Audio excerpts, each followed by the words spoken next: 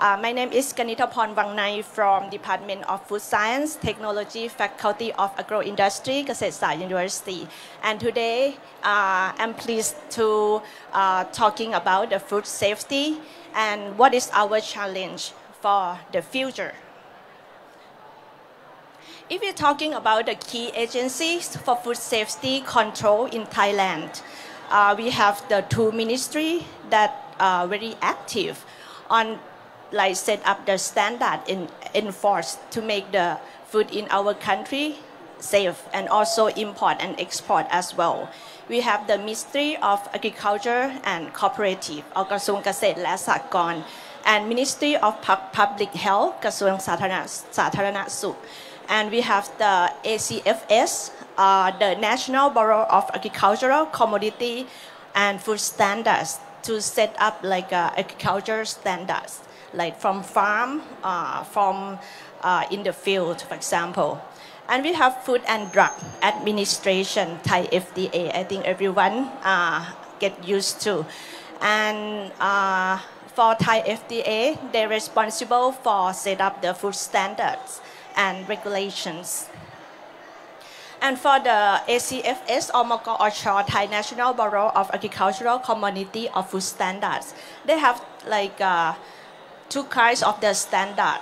Some are mandatory, it means you have to do it. For example, they set up the maximum level of aflatoxin in the peanut. You have to do it, you know, because they already proved that if you don't do it, Thai people will not going to be safe, something like that. So we have to make sure that our food that we consume in our country is safe and also export to other countries. And another mandatory standard that I'm going to give example is using the sulfur dioxide fumigation in the fresh fruit to make it look nice and not have the brown color on the surface. And another type of the standard is the voluntary, for example, standard of Thai Mari aromatic rice and also the organic agriculture standard. It's voluntary, it means you don't have to do it, but you can do it. But for Thai FDA, it's different. They established the Food Act 1979. The responsibility, the major responsibility of the Thai FDA is for sure set up the standard. And also Thai FDA is taking care of pre-marketing control, importing control, post-marketing control. After it's on the shelf, they have to make sure that the product is still safe. And also Thai FDA take care of the knowledge and consumer education. And with this, the diagram is the process that before they are going to have the standard, what the process that they have to do. It's the long process. It's not like just 1 week they can set up the standard. It's not like that. Some standard take like 5 or even 10 years to make the standard happen.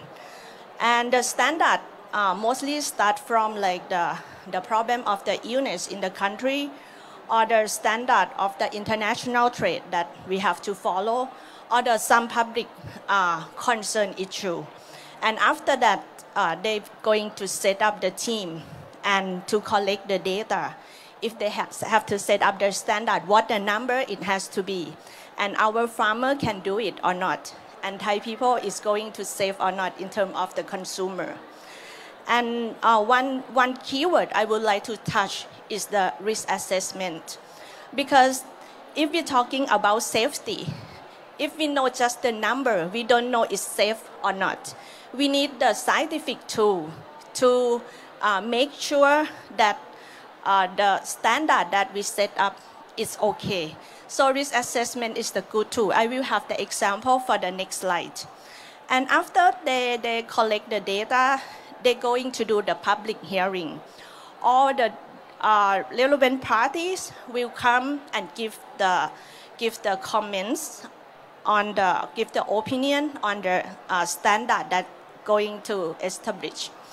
And at the end, they are going to have the committee and they have the notification or regulation set up at the end. So this is how the process that Thai FDA set up the standard. So I would like to talk some on the risk assessment. As I said, risk assessment is the tool, is the systematic tool, is the scientific tool to kind of evaluate the hazard in the food. When we're talking about a hazard or something that is not safe, it could be the chemicals that come from the field in the farm. It can come from the natural, also it can come from the human use like pesticide, for example. And also the hazard could be from the microbial and also the physical hazards. But the goal of the risk assessment is to ensure that the food is safe in the whole supply chain. If you look at different situations, let's say like we correct the rice, and we found that for the Thai rice, the rice that we eat in Thailand have the average cadmium 5 ppb. Compare with if the US people collect the data, same N sample, and they found that the average cadmium is 10 ppb. If you look at only the number, you will think that, oh, they have the more dangerous, something like that, because the number is higher.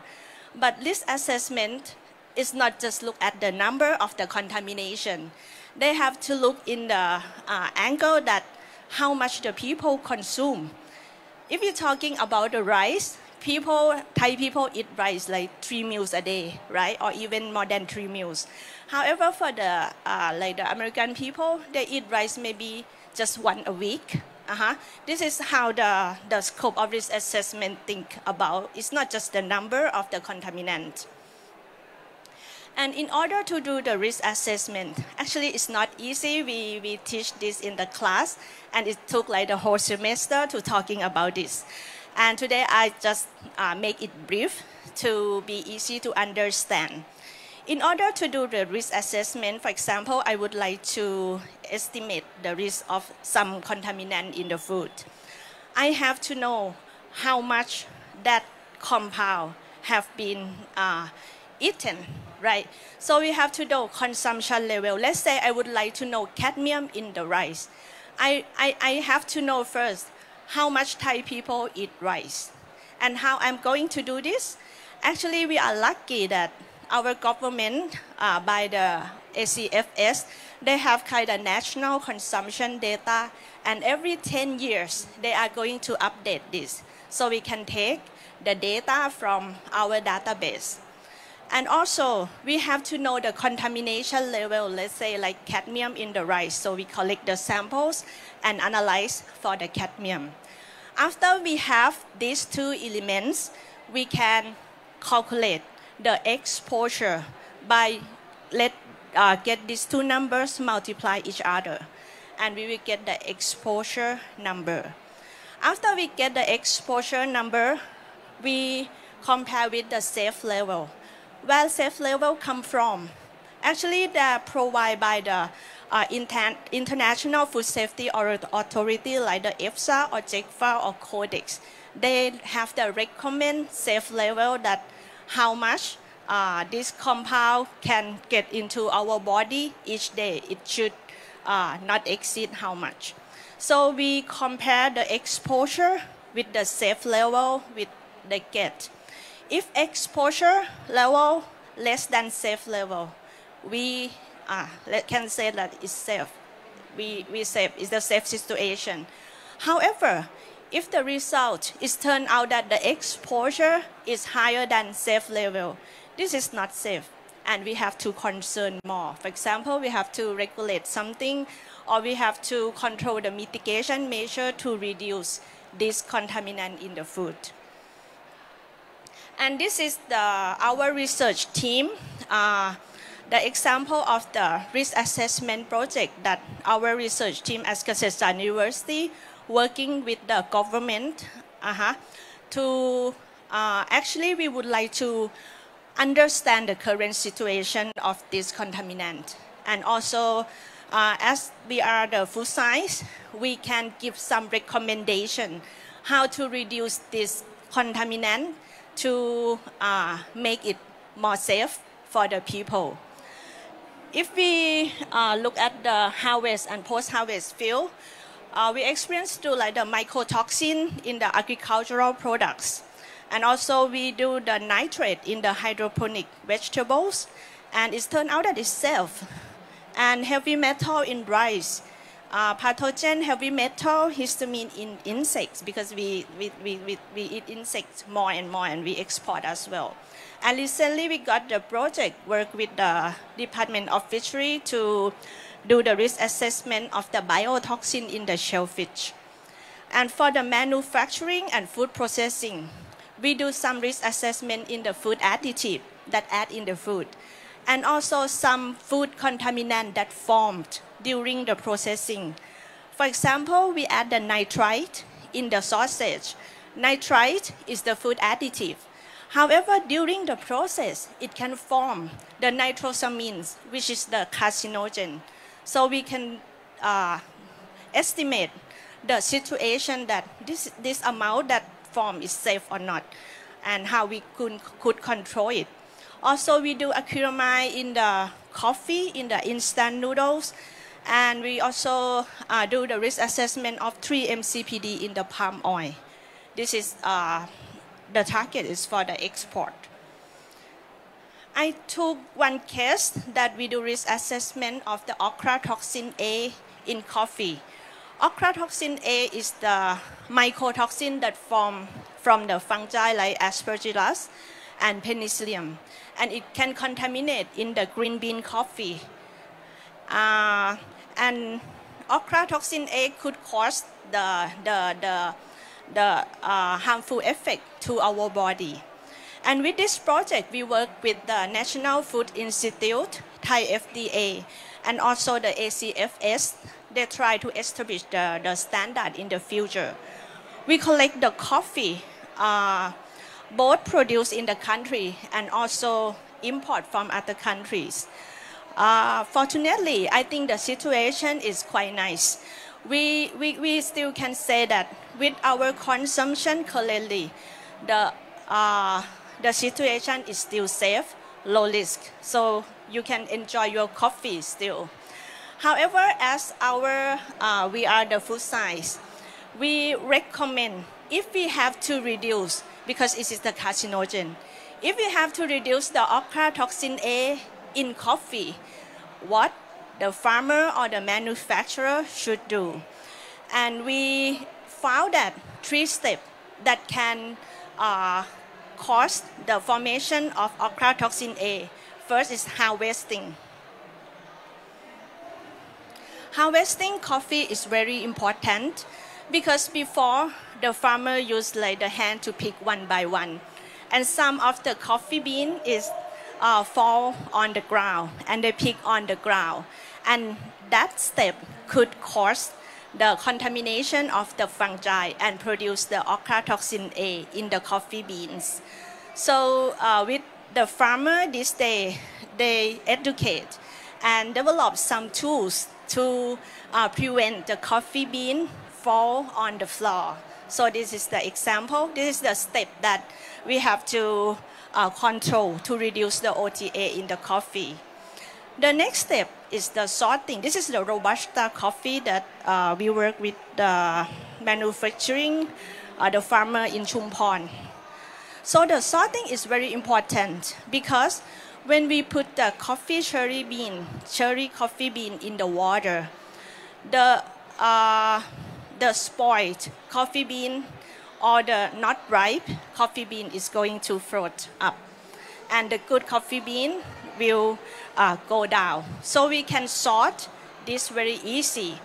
And from the research, it said just the very easy step could reduce the OTA contamination at the end 50 to 70%, and it's very, very high. So if we would like to control OTA, this is another important step. Another one is the drying. Drying step, it could be very complicated because they dry quite long. Sometimes it takes like a few weeks.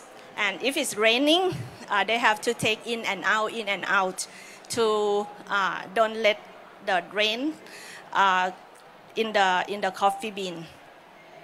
We got some samples that the cherry beans that dry on the floor compared with the coffee bean that dry on the rack or the solar dryer. The OTA is different. The OTA contamination is different. So this could be another critical step that we have to control.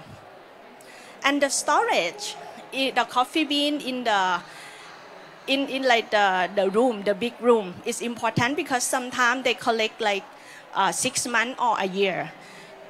They have to make sure that the moisture of the coffee bean is not increased. How to do this? Sometimes that is no roof or something that the rain can come. So we have to kind of prevent the moisture of the coffee bean increase more than 12.5%. So this is some key that we learn and give the recommendation to the coffee manufacturing. The important thing, we're talking about the risk assessment, and we have to do the contamination level. And when we're talking about the contaminant, mostly it's the very trace level. Trace level is mean the very small amount, like ppb, ppt. We need to be careful when we want to do the analysis. That's why the standard of the lab is very important, because how we are going to know that our lab result is correct, right? So ISO 17125 is the international standard to, if you would like to send the sample to the lab, if you ask that, okay, you have the ISO 17125 for this test, you kind of certain that, okay, you are going to get the valid result of your test. And for Thailand, the organization that taking care of accredit ISO, this standard ISO is the Department of the Medical Science.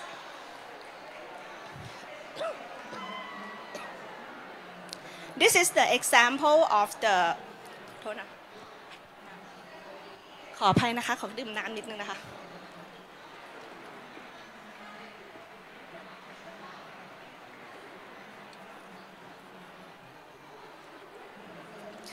Okay, after the lab got accredited from the medical science, they are going to have the certificate like this. And if we don't understand, we are going to think like all the tests in this lab got accredited by this standard, but actually it's not. If you want to send a sample to the lab, you have to ask that which test that they got accredited. For example, this lab got accredited of this standard of aflatoxin, but not all commodity, only peanut and corn. So this is something you have to concern, and I think most of the people misunderstand this. The method validation is also the key for got the accredit of the test. Accuracy is mean when we test it, it close to the true value. And where is true value come from? When they set up the method, they have to have the CRM or RM, reference material, that know the actual value. And after we get the number, we compare with the actual value and calculate as the percent recovery example. And also they have to check for the precision, that the result has the good precision. LOD, LOQ is very important as well. Sometimes our students don't understand. When they saw the peak come up, show up, they're very glad. But actually they have to validate and make sure that how much of the LOD and LOQ. LOD is the limit of detection. LOQ is the lowest concentration that they can quantify. But LOD is necessary to quantify, but the peak is show up. And if the level is less than LOD, most of the time we will report as the not detect. So why LOD is matter? Let's compare these two labs, Lab A and Lab B. The first lab has LOD 1 ppm. The second lab has LOD 0.1 ppm. If they do analyze the cadmium in the rice, the actual value is 0.5 ppm. Lab A will say like, oh, not detect, because LOD is high. You don't get the value. However, Lab B, LOD is very low, 0.1 ppm. They can report the result. So if you look at the result, it doesn't mean that not detect itself. You have to see how much the LOD of the test. Time is up, but I will use my wrap up Thai. And next, instrument is matter. You know, instrument is matter when we would like to analyze something. Why some instrument is very expensive and we need that or not, you have to consider. When we use the advanced instrument, what happened is the sensitivity is increased. Let's compare. The first one is the spectral, HPLC UV and LC-MS. This is 500,000. This is 2 million. This is 15 million. The price is different. However, the LOD is different too. This is just the example, you know. If you use the cheaper, you will have the LOD quite high because the machine gives the very low sensitivity and you cannot sometimes quantify the contaminant. So the point is you have to know how much the compound in your food, estimately. Let's say if you would like to analyze compound X in apple, 20 ppm, you can use the cheaper one, right? It can detect. However, if you would like to detect the compound X, 0.05 ppm in the bread, if you use this one, you are going to report as the not detect. Even you scale up to HPLC UV, it's still not detect. So in this case, if you handle with the very low concentration, you have to use the advanced, you know, in order to tell the actual value of the contaminant in your food. And this is the time for the lab people to enjoy. Because I think the current government support the lab to set up the standard ISO, you know, to reduce the cost that sometimes we have to send the sample to other countries and it costs a lot. So maybe it's the time to you to sell your product. Okay, I will use like my 2-3 minutes talking about the future food. And this is the challenge for our country. If we consider about our future food, the top three, it could be novel food, plant-based food, and cultured meat. Yesterday, I attended the section from National Toxicology. I heard the news that this year, or not later than next year, Thailand will have our own standard for plant-based and cultured meat. They are on the process. But for novel food, we have the standard for almost 10 years, okay? And yesterday, they talked about the wording, the difference between plant-based food, plant-based protein, and plant-based meat. And if the Thai FDA follow what I listened from the research team from Mahidol University, they are to cut at the protein 40%.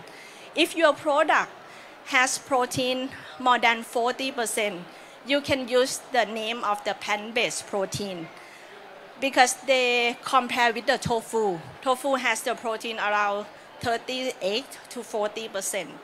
However, if your product has the protein, true protein less than 40%, you cannot use plant-based protein. You have to use the plant-based food. However, plant-based food or plant-based protein that make it similar to the meat, you can use the plant-based meat. Okay, I will start from the novel food. Novel food regulation for Thailand, the definition, we use the consumption to kind of consider that is the novel or not novel.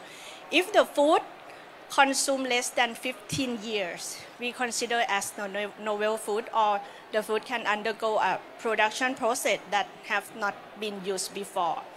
For example, we eat the root of ginseng for a long time. However, for the leaf, we never been used. We never been eaten. We never eat before, you know. So it considered as the novel. Also, the morning glory, it seems very simple. We eat morning glory like very long time. But if we would like to make the extract from the morning glory, it could consider as the novel food. But this is something that is not non-novel, you know, like Tua Dao Inca, Sacha in Chioi, because we have the history that record that we eat more than 15 years. And also the seed and sprout of quinoa is more than 5,000 years that we have eaten.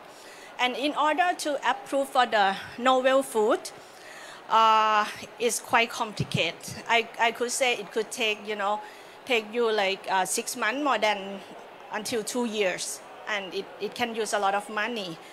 And the process is, if your food product is considered as the novel food, you have to talk with the safety assessment unit. And for Thailand, we have 3 safety units that you can contact with. And what they are going to do is they are going to collect the lab tests for the toxicity test, and mostly it has done in the animal study. If unfortunate, your product or your compound doesn't have the publication or the some result, you have to do your own study, and this could take 2 years and can use the budget higher than 1 million baht. Okay, and after that, after you approve everything, you can register to the Thai FDA for approval. And for the plant-based food, this is from yesterday that I attended the seminar. Thai FDA is kind of overwhelmed because the plant-based food is kind of very big definition. You know, if you're talking about tofu, that eaten like long time before is the plant-based. If you're talking about the plant-based meat, it's also the plant-based. So they kind of find the publication. What is the hazard that been found in the plant-based? The first one is pathogen. They found that in the ready-to-eat plant-based food, found a very high contaminant of the Listeria monocytogenes, similar to the meat products. And also, they found some high amount of the mycotoxin because plant-based is made from soy, from the pea. So some mycotoxin could contaminate in the raw material. And also they found some heavy metal, especially in algae and seaweed, and also some pesticides. And I think the last one, this is something that the service lab need to prepare in the future, because Thai FDA may ask the company to send the result of the anti-nutritional factor. However, it depends on your raw material, but it could be like trypsin inhibitor, hemagglutinin, or glucosinolate that is natural compound in the bean. And last, for the culture meat, and this is very challenging. If we consider the company that produce culture meat, there are more and more. And if you look at what species of the meat, mostly they do beef, seafood, poultry, pork, and some of them they do horse, kangaroo. It's too cute to eat, I think. Foie gras and antelope. Antelope is kind of deer. So they do this is the company, I think outside the other countries is doing the culture meat of these things. And this is the process to make the culture meat. But what I'm going to point out, what the FDA is going to ask the company to send the test report. For example, because of the cells is still from the animal.